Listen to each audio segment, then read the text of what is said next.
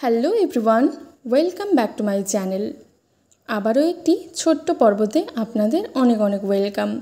আজকের এই পর্বতে আমি তৈরি করে দেখিয়েছি একদম কোনো রকম তেল ঝাল মশলা ছাড়া এই গরমে খেয়ে যাতে একদম তৃপ্তি পাওয়া যায় সেই রকমের একটি রেসিপি। তো রেসিপিটি বানাতে এখানে লাগবে কাঁচা কলা। কাঁচা কলাগুলোকে আমি এই রকম করে কেটে নিয়েছি। এবার এই কাঁচা কলাগুলোকে সেদ্ধ করে নেব। তার জন্য কড়াইয়ে জল দিয়েছি এবং জল ফুটে এলেই এবার এতে দিয়ে দিচ্ছি হলুদ গুঁড়ো। এবার কাঁচা কলাগুলোকে দিয়ে আমি এখানে হাফ সেদ্ধ করে নিচ্ছি। কাঁচা কলাগুলো এখানে হাফ সেদ্ধ করে নিয়েছি। এবার এগুলোকে আমি তুলে নিচ্ছি।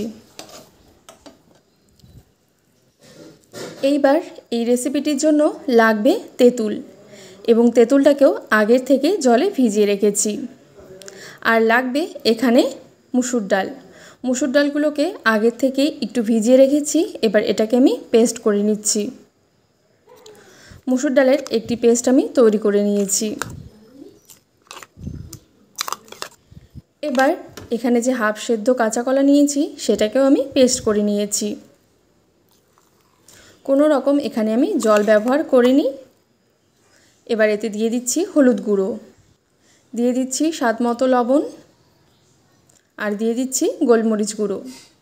এইখানে আপনারা যদি ঝালটা খুব বেশি খেতে চান তাহলে কাঁচা লঙ্কা এখানে বেটে ব্যবহার করতে পারেন। সব কিছু ভালো করে এখানে মিশিয়ে নিচ্ছি।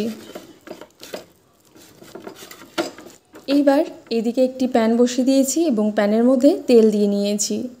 ছোট ছোট আকার করে এবার কাঁচা কলা এবং মুসুর ডালের বড়াগুলো আমি ভেজে নিচ্ছি। এইখানে ছোট ছোট করেই বড়াগুলোকে আমি ভেজে নিচ্ছি।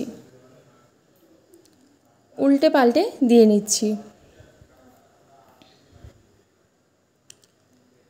উল্টে পাল্টে লাল লাল করে ভেজে নিলে কিন্তু এই বড়াগুলো তৈরি হয়ে যাবে।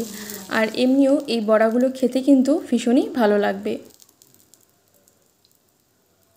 বড়াগুলো ভাজা হয়ে গেছে, আমি এগুলোকে নামিয়ে নিয়েছি।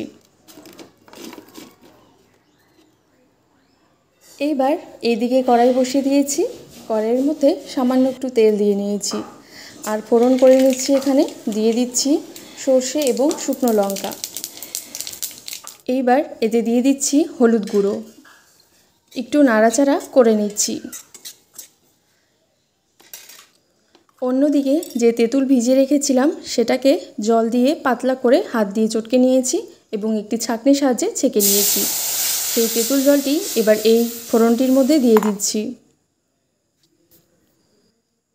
এইবার এখানে দিয়ে দিচ্ছি পরিমাণ মতো লবণ, আর এখানে দিয়ে দিচ্ছি 1 চামচ পরিমাণে চিনি। যেহেতু এই রান্নাটির মধ্যে তেঁতুল দিয়েছি সেক্ষেত্রে একটু মিষ্টি মিষ্টি খেলে কিন্তু ভালো লাগবে। এবার এই ফোড়ন করা তেঁতুল জলটি ফুটে এলেই এতে দিয়ে দিচ্ছি বড়াগুলো। আবারও একটু নাড়াচাড়া করে এবার এটাকে 5 থেকে 6 মিনিটের মতো ফুটিয়ে নিচ্ছি।